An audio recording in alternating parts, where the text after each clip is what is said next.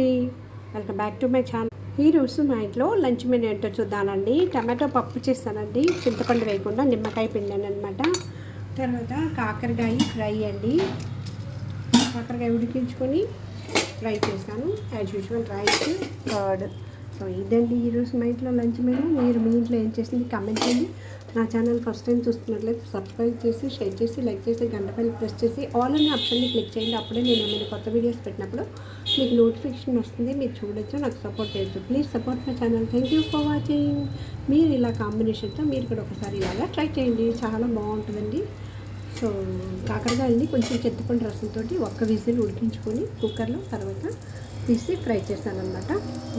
అది పప్పుల పొడిను చిరుల్లిపాయ కారం పెట్టి ఫ్రై చేస్తాను, సిమ్లోనే పెట్టుకొని.